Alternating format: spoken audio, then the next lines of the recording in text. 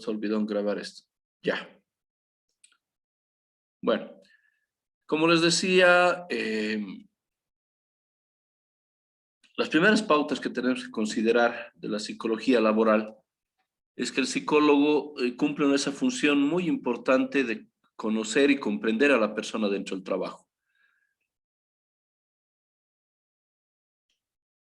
Y, perdón, mando un mensaje, Melissa. Sí, no te preocupes, Melissa. Ya está. Gracias.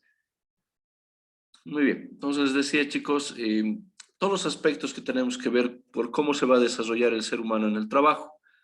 El comportamiento es la base de estudio que nosotros tenemos como psicólogos. Además de los tests y todas las herramientas verificables, medibles y conservables, está el hecho de que también la observación es una pauta. Cuando han llevado, o no sé si están llevando o han llevado conductismo, recuerdo yo en San Simón que nos hacían hacer este tipo de tareas en las cuales no te sentabas en un café o en un lugar y veías cómo una persona actuaba. Y sumabas cada qué tiempo repetía una actitud o un actuar. Entonces todo eso está valorado. Entonces hay que tomar en cuenta de que lo que nosotros tenemos que ver es en el trabajo cómo se tiene que desarrollar aquello o cómo la persona se tendría que desarrollar en todo caso.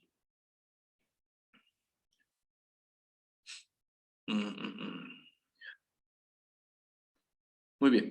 Entonces decíamos que esas teorías y aspectos de la persona tienen que ser reforzadas, ¿no? Con los aspectos conductuales, el conductismo y el reforzamiento para que una actitud sea muy bien valorable o evaluada. Nos interesa ver aquello, cómo se va a desarrollar la persona en el equipo, en el grupo, cómo está dado, cómo se desarrolla ese equipo de trabajo y cómo se desarrolla dentro de la organización. Tres pautas más que necesarias, ¿sí? Que tenemos que ir conociendo y viendo. Como les decía, habíamos hablado en la última clase, ¿no? Que la motivación es la gasolina del cerebro.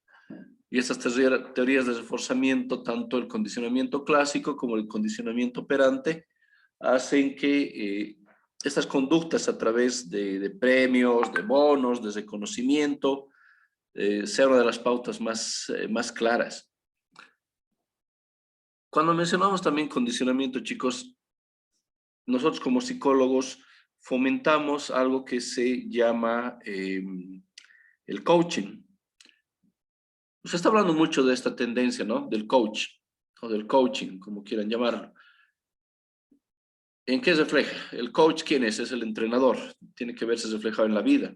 Sin embargo, esta tendencia creo que ha sido un poquito malinterpretada, voy a decir, en el sentido de que estos cursos de actualización sobre coaching ontológico, coaching empresarial, coaching personal, ya lo ha tomado todo tipo de profesionales o de personas, ¿no? Porque no es un limitante.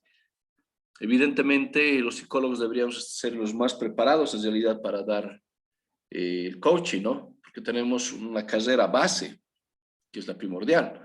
O sea, un médico no puede ser anestesiólogo directo, ¿no? Tiene que estudiar aquello previamente. Os menciono esto del coaching, chicos, porque como les digo, tal vez está mal enfocado en Bolivia, sobre todo en Cochabamba, donde pretende que con charlas, con seguimiento y la experiencia, sobre todo que ellos han tenido, puedan fomentar a aquellos en las empresas, ¿no? Por eso les digo, es importante que nosotros como psicólogos sepamos este tipo de acciones o este tipo de teorías que son probadas y son valoradas. Cuando nosotros hablamos en el trabajo de que quieren que lleguen temprano, por decirte. Entonces, ¿de qué manera vas a hablar? ¿Cuál va a ser la actitud que vas a tomar hacia ellos? ¿O qué instrumentos podrías utilizar? Les doy como un ejemplo, ¿no? A ver, un ejemplo real que hemos tenido nosotros en la empresa, en varias empresas. ¿Qué ha pasado con la pandemia? La pandemia ha limitado a que por lo menos 2 meses de trabajo no estemos las personas en funciones, ¿no? Se ha cerrado prácticamente marzo y abril del 2020, si se acuerdan, justo hace un año. ¿Y qué ha pasado con los dos meses que no se trabajaba? El gobierno ha dicho paguen sueldos, la empresa ha dicho no tenemos, no hemos producido nada, y el más afectado ha sido el empleado. ¿Qué soluciones prácticas se podía dar entonces en esta situación? Dar vacaciones colectivas, ¿no? Es lo que hemos hecho. Entonces todo el mundo tenía vacaciones. Los que no habían sumado un año más de vacación o esos 15 días, se les ha adelantado la vacación. Y si tenían, digamos, o tenía por la cantidad de tiempo, se ha tenido que dar vacaciones adelantadas de la próxima gestión todavía. Entonces llega a acuerdos, ¿no? Pero tienen que ser reales y conscientes y de acuerdo a la realidad que tenemos. Muchas empresas lamentablemente han cerrado y han dicho, bueno, hasta aquí. Y la gente, bueno, ni modo. Menciono esto, ¿por qué? Porque con este tipo de discurso, con este tipo de accionar de la empresa formalmente, condicionas a las personas, ¿no? Condicionas diciéndoles que, bueno, es la decisión que se toma, que en otros lugares están votando personas o están despidiendo, o se están cerrando las empresas.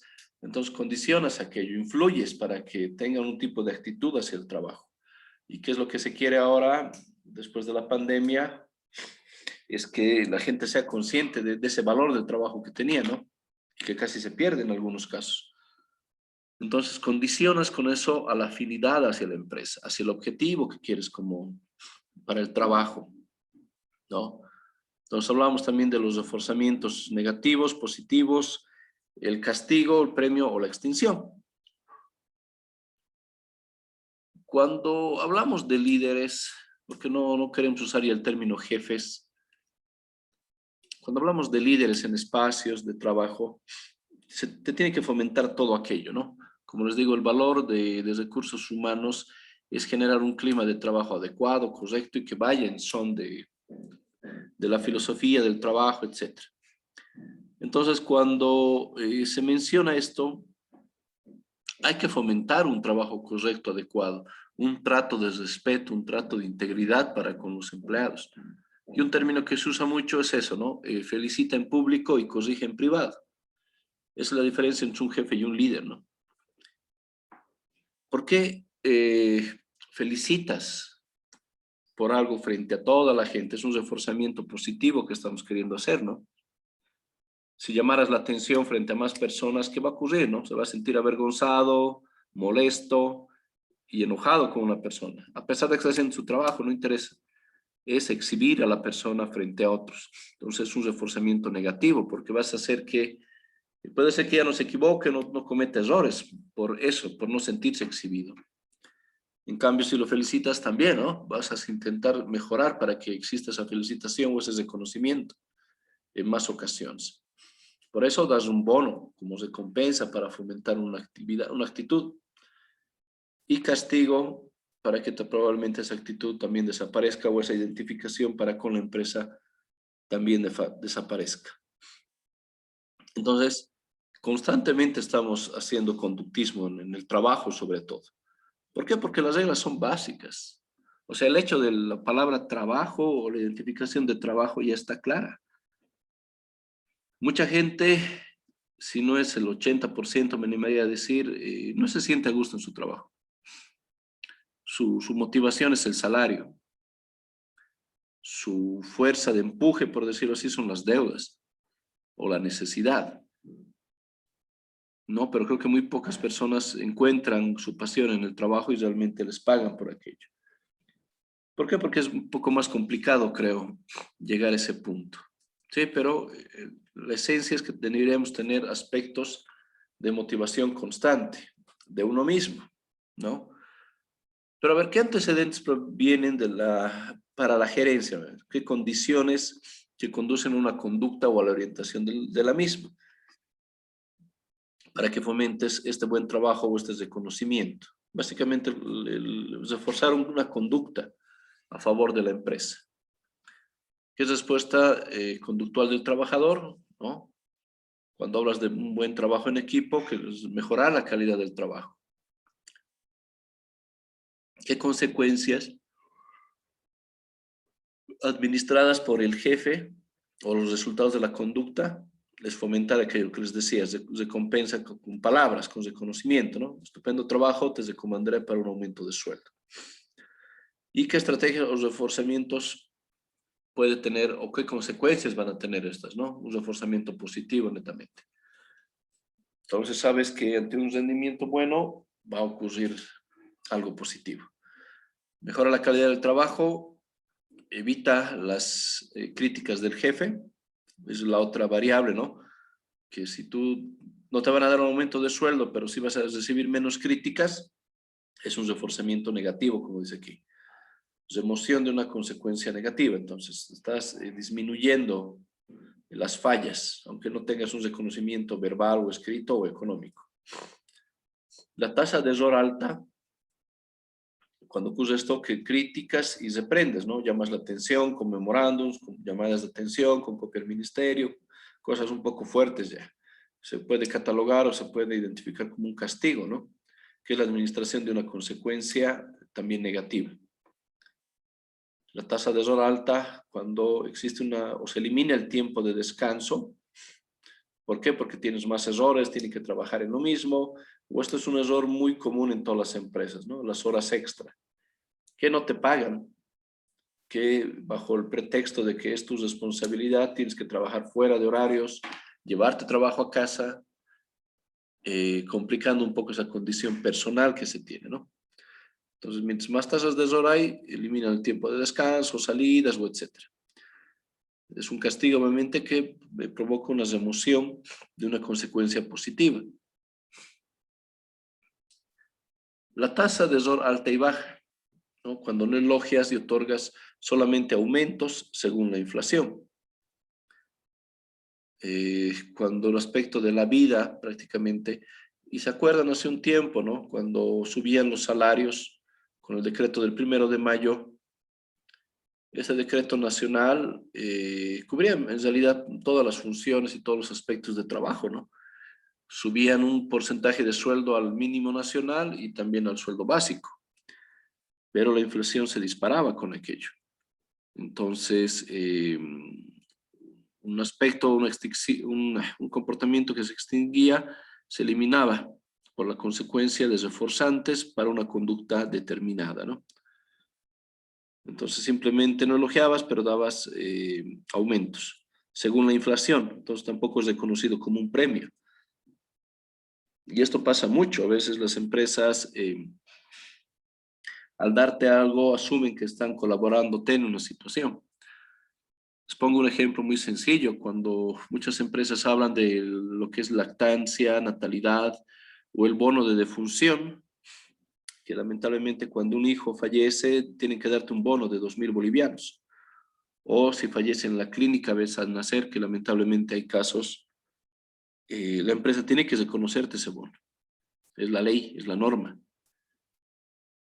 Pero la empresa te hace entender en algunos casos como si fuera un favor, ¿no? Un apoyo. Creo que ninguna empresa ahorita cumple con esas horas que dice la ley. Por ejemplo, la ley dice también que para las mujeres debería haber 1 hora de descanso para una revisión de Papá Nicolau. Está en la ley, está en la norma, pero nadie lo cumple. La hora de lactancia también, por la necesidad del trabajo, se vuelve media hora o a veces se extingue.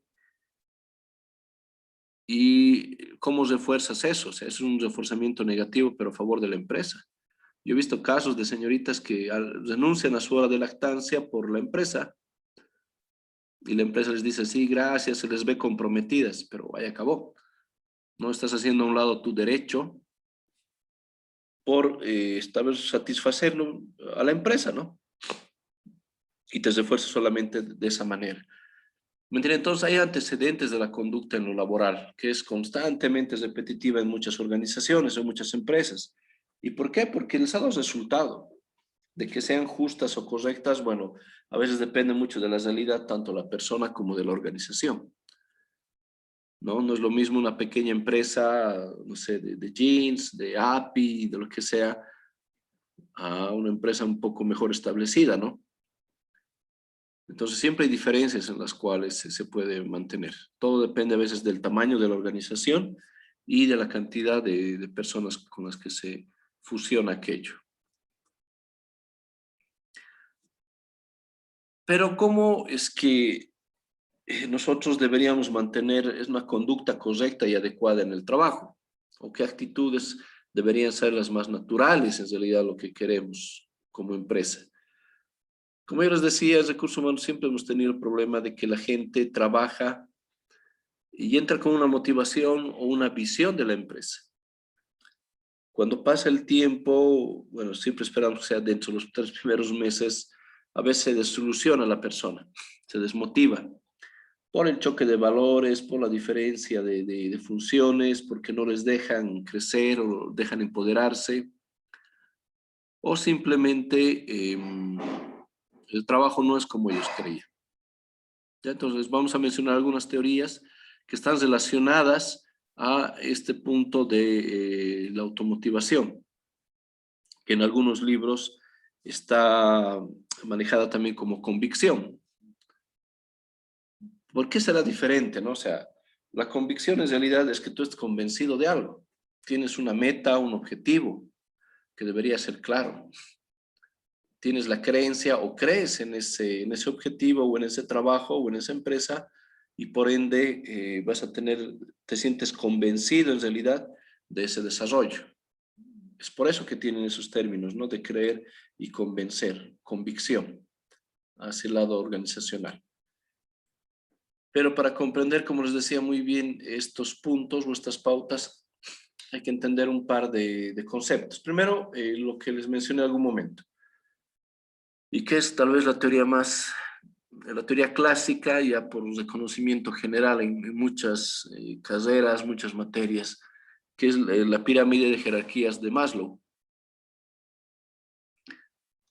Como les decía, Maslow hablaba de esta pirámide en donde está enmarcada cuáles son las necesidades que uno va poniendo poco a poco para tener una motivación.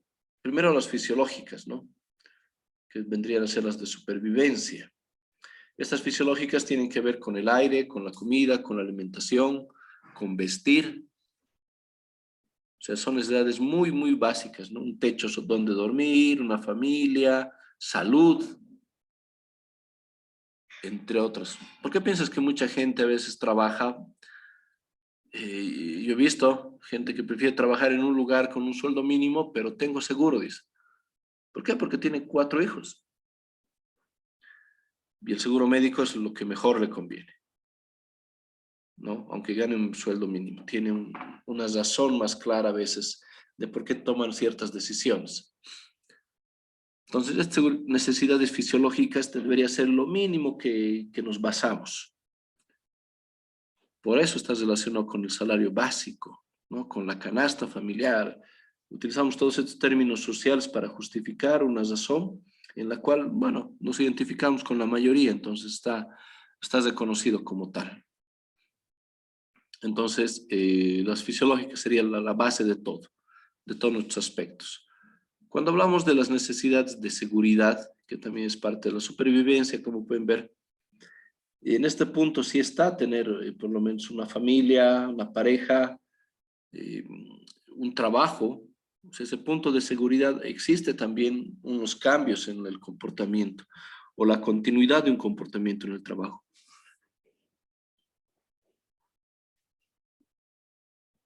Pero ¿en qué momento se rompe un poquito esa línea entre lo que es la necesidad del trabajo y desarrollar un buen trabajo?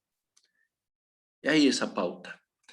Muchos autores hablan de este punto de la zona de confort, de la impaciencia que deberíamos tener, o de ese que es el limitante, ¿no? Para nosotros. ¿Cuál fuera, creo, el punto más lo hago muy claro sobre este punto de la seguridad, ¿no? Donde la gente a veces se queda en este lugar, entre seguridad y social, ¿no? Otra de las necesidades es las necesidades sociales que dice Maslow, ¿no? En la cual tienes que identificarte como una persona miembro de una familia. Socialmente necesitas un apellido, necesitas un reconocimiento en una familia, necesitas los documentos que digan eso. Necesitas amigos, colaboradores, primos. Esta necesidad social tal vez es también reconocido como un punto de derecho, ¿no? Donde las personas queremos esa satisfacción o esa seguridad de vernos. En el trabajo, obviamente, esta es la pauta tal vez muy importante en la cual se choca. ¿A qué me refiero con choque? Choque sería ese aspecto en lo cual los jefes de área o líderes de área chocan por sus egos, por sus razones, o por querer tener la razón aunque no crean. Es una diferencia entre la autoestima y las normas sociales que quisieras mantener, ¿no? Entonces, a partir de este punto, Maslow habla de que hay otra necesidad que es la necesidad de estima o reconocimiento. Esto ya es parte de un crecimiento, ¿no? Ya estamos entrando en esta etapa de crecimiento. Entonces, Maslow habla de esto, de que en el estima tiene que estar vos como parte de esta sociedad, vos como una persona popular, por decirte algo, vos como un ser, sobre todo en el trabajo, en el que vas a tener un lugar. Cuando hablábamos de salario emocional, hablamos de ese reconocimiento, de ese valor, incluso de esas palabras que te pueden dar, que significan mucho para uno, ¿no? Elevan tu autoestima, fortalecen el mismo. Imagínate una persona que con esa necesidad, pero que sea jefe o gerente, que existe, que lamentablemente hace que tomen a veces malas decisiones, porque apelan a su estima, ¿no? A su autoestima. Pero Maslow menciona que este es el círculo que que estamos pasando en realidad todos. Y si te pones a pensar, sí, ¿no? Buscas primero los aspectos fisiológicos, después la seguridad, el reconocimiento social, que te reconozcan después encima de eso, hasta con un cargo, un título, qué sé yo. Y por último, Maslow habla de la autorrealización, que ya debería ser el punto más alto en el que hasta emocionalmente maduros podríamos hablarlo. Pero esta autorrealización ya tiene que ver con cómo tú te percibes, qué es lo que se ha alcanzado en las metas que tenías, qué es lo que se ha podido obtener, si estás con esa fuerza o ímpetu o estima como para cambiar, empezar de cero, mejorar. Sí, Maslow tenía mucha razón en esto. Como les digo, varias teorías se han basado en este análisis que ha hecho, en el cual todas las personas estamos involucradas. La teoría de Maslow se utiliza también mucho en administración de empresas, porque como les digo, ellos quieren y hay materias en las que están especializadas netamente en lo que es psicología organizacional y desarrollo organizacional. Entonces, en estas pautas ellos hablan de cómo esto o esta jerarquía de necesidades está relacionada también con la empresa. La empresa también tiene una jerarquía de necesidades, ¿no? Por eso se desarrollan, como les decía, los POAS, el Balance Scorecard, la ISO, por ejemplo, ¿no? Que se utiliza en varias instituciones. Depende mucho ese número o valor que le dan. Por ejemplo, la ISO 9001 es una ISO desde conocimiento al nivel administrativo que manejas, ¿no? Que se vende muy bien, que se habla muy bien de ti como empresa si lo logras. Entonces, si te fijas, en la empresa también está relacionado esto, como cualquier persona. Pero donde se va a procurar mover aquello es en el jefe, ¿no? En el dueño de la empresa, ¿no? El CEO, que quiere ver también que se vayan cumpliendo cada una de estas pautas, ¿no? Entonces, son las teorías de contenido, como les decía, de la motivación. Existe también la teoría de Adelberg, o la teoría ERC, ¿no? Por una referencia a Clayton Adler, que se basa netamente en la teoría de Maslow, de las necesidades de Maslow, pero lo resume de una manera muy sencilla, en la cual nos habla primero de la existencia de nosotros como seres humanos, ¿no?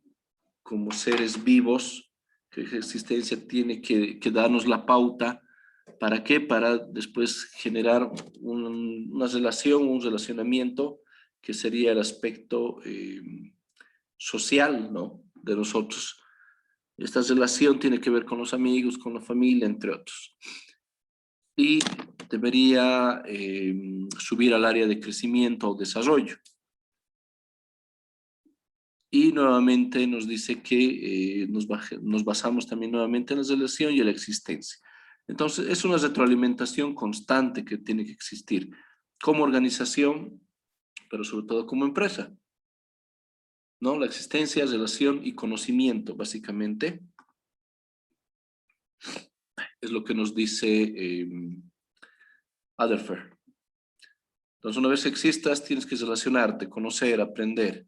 Tienes que crecer como individuo, como persona, ganar espacios. Tienes que volverte a relacionar para crecer aún más. Y tienes que existir tal vez con este crecimiento.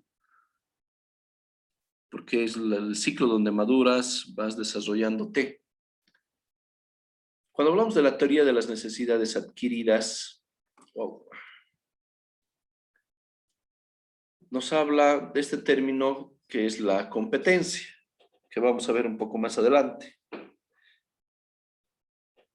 A ver, Marta Ales es, como les dije, la pionera en realidad de hablar sobre el nivel de competencias o la evaluación sobre competencias, y que actualmente usamos mucho ese término también en la educación por competencias. Pero no muchos la entendemos, ¿no? De cómo está marcada. Entonces, Marta Ales hablaba, en una empresa tienen que existir competencias duras y blandas. Las duras son las técnicas, de acuerdo, para que puedas desarrollar tus funciones en un cargo específico técnico, y las competencias blandas son las competencias más conductuales o psicológicas que se pueden también manejar, comprender e inducir. De estas competencias blandas existen las que son transversales, que quiere decir que debe haber competencias que todos en la misma organización tengan, que es la base de la cultura organizacional. Y las competencias específicas que son también para cada cargo. ¿Ya? Entonces, vamos a adentrarnos un poquito después en este término de competencias, como nos dice Marta Ales. Pero para entender esto, las necesidades adquiridas, hay que comprender que existe una afiliación, una identificación con un grupo, una tarea o un trabajo, que tiene que darte también un poder, una satisfacción o un resultado que tiene que estar relacionada con un logro o éxito que se van a ir desarrollando. Entonces, esta competencia va creciendo, va desarrollándose con este pilar, con estos 3 puntos, ¿no? Tanto la afiliación, poder y logro. Logro, poder y afiliación. Entonces, esto es como un condicionamiento positivo en el cual mientras más generas satisfacción o control o mejora, vas a buscar más necesidades, vas a adquirir más las mismas.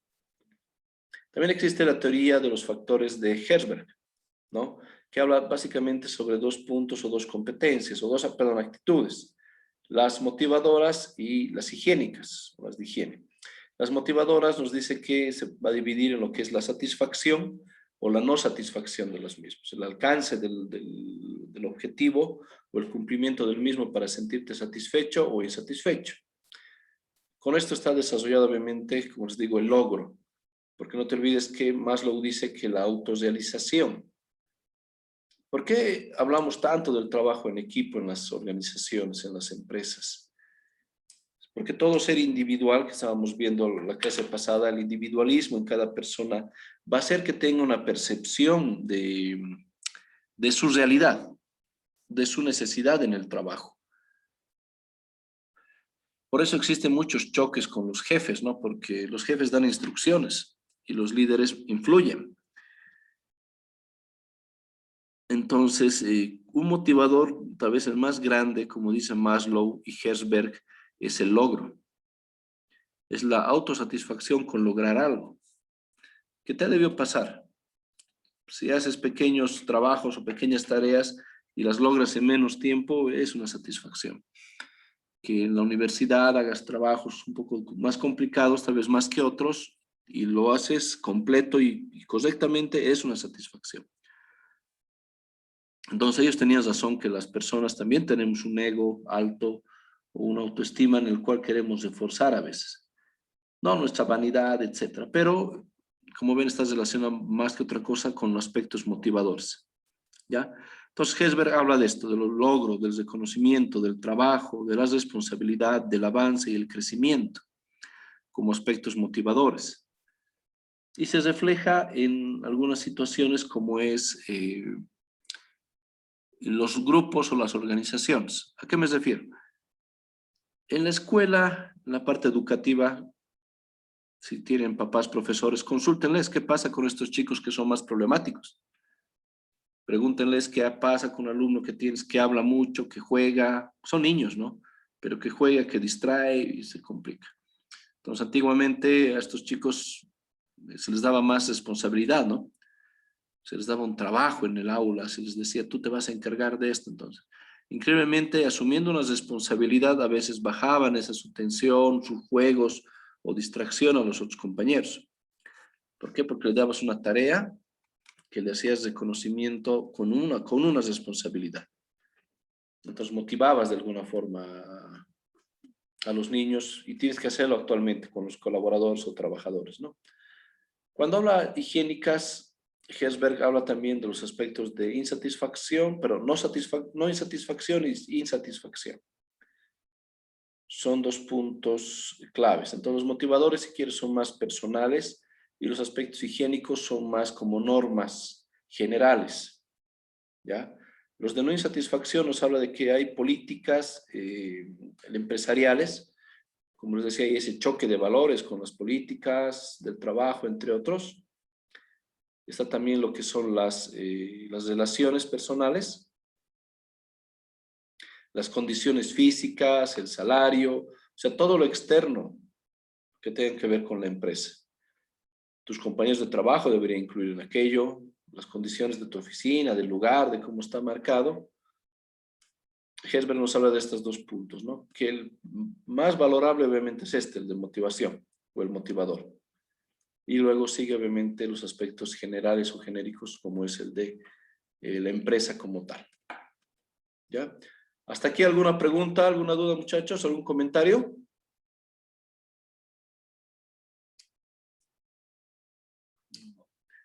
Disculpe, Licen. Sí. Ahí en donde dice la teoría de necesidades, no veo, no logro ver el nombre, por favor. ¿Cómo dijo? De necesidades adquiridas. No, el de Maslow, perdón. No, ahí en el otro. Esa. Ah, Por favor, puede. Ya. Déjame. Lo vamos a subir.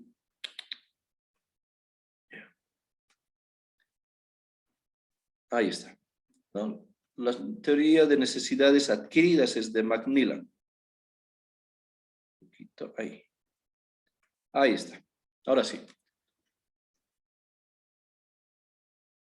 Esto está relacionado entonces, como ven, con las competencias, ¿no? La teoría de necesidades adquiridas de Macmillan. ¿Ya? Muchachos, lo voy a cortar un minutito, por favor. Ya va a acabar el tiempo para que podamos entrar a la segunda etapa. Pero no se preocupen, está grabando todo, así que igual vamos a ir subiendo tanto las diapositivas como el trabajo. Ya, ahora les envío el link nuevamente, por favor, para ingresar.